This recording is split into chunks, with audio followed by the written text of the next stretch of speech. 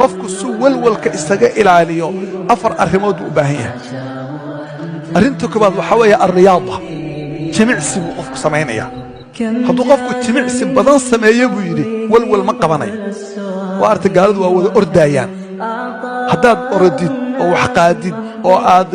dhalinyarada hadda banooniga ciyaarta fiiri way iska faraxsan yihiin waa arteen nimankii geel raaci jiray hadaad maanta geel raacaysa ama geel waraabinaysa hameenkii walwal kuma qabanay meesha soo gaadid baad seexanaysaa wuxuu leeyahay wuxuu kala u baahan yahay an-nawm al-amiq hurda aad u dheer deep sleep وذلك وارتين قفكم مركي اي كود على ستريس يا wax lamid ah waxa loo qoraa kiniin hurdo oo loo qoraa wuxuu leeyahay mid afraad waxa weeye al-istirkha waxa la yiraahdo relaxation ama meditation oo sameeyo inuu xoogaa indhaha isku qabto oo maskaxdiisa uu dejiyo sida qof seexanayo kale wuxuu gaalkiiba wuxuu yiri warabi'atun mid afraad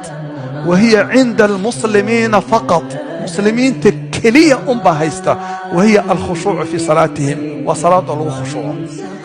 الله وحي قد أفلح المؤمنون الذين في صلاتهم خاشعون حقيقوي لكن نقول حدعك الصلاة أن تكنينه إننا وحبك أغين